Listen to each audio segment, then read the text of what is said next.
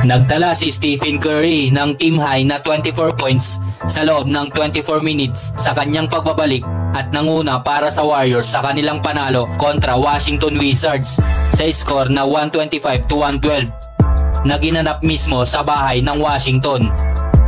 Nagambag din si Draymond Green ng 18 points, 8 rebounds, 5 assists at 3 3-pointers. Nanalo na ang Warriors ng 4 na magkasunod na laro at nananatiling walang talo sa kanilang mga road games ngayong season. Hindi nakapaglaro si Stephen Curry sa 3 nakaraang laro dahil sa injury.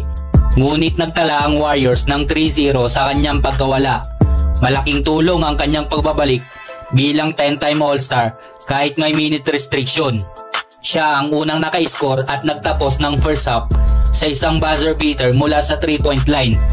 Uminit siya lalo sa third quarter, nagtala ng 13 points sa 5 out of 7 shooting. Highlight naman ng laro, nagpakitang gilas ang center na si Trayce Jackson-Davis nang i-welcome niya ng isang matinding poster dunk ang 7-foot rookie na si Alexander Sarr. Si Sarr ang second overall pick ng 2024 NBA draft at hindi siya ang unang French center na pinosteres nito. Nauna na dyan si Victor Wembanyama noong nakaraang season. Nagtapos si Jackson-Davis na may 12 points. Susunod namang haharapin ng Golden State Warriors ang defending champion na Celtics sa bahay ng Boston sa Huwebes. Dumako naman tayo sa Los Angeles Lakers. Naungusan ng Pistons ang Lakers sa katatapos lang na laro nila ngayon sa score na 115-103. Dala pa yata ng Lakers ang kanilang mahinang second half sa nakaraang laban nila kontra sa Toronto Raptors. Si Anthony Davis ay nagtala ng 37 points, 9 rebounds at 4 na assist. LeBron James, 20 points, 8 rebounds at 11 assist. D'Angelo Russell nagambag rin ng 11 points at 8 assist. Si Austin Reeves naman ay nagtapos na may 17 points, 4 na assist at 4 na rebounds. Nag-struggle naman si Rui Hachimura na meron lang 8 points, 4 rebounds at 1 assist sa 35 minutes na paglalaro. Samantalang ang Lakers bench naman ay naging dismayado, nagtala lamang ng 10 points. Parehong may 5 puntos sina Jackson Hayes at Dalton Knecht. Ang Lakers ay tila hindi seryoso at hirap na hirap sa laban sa isang kupunang tulad ng Pistons. Madali lang ang pag-score ng Pistons, karamihan ay sa transition.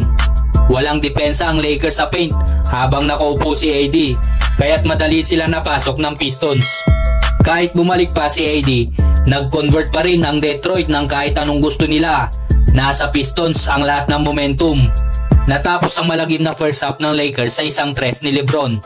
Sa halftime, lamang Pistons ng 14 points. Sinimula ng second half sa isang offensive foul na nagresulta para sa isa pang turnover para sa Lakers.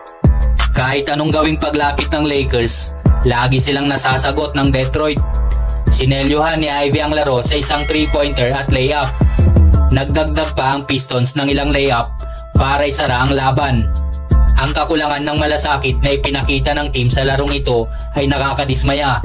Hindi pwedeng hayaan mo ang isang batang gutom na team tulad ng Pistons na paglaruan ka sa buong laro.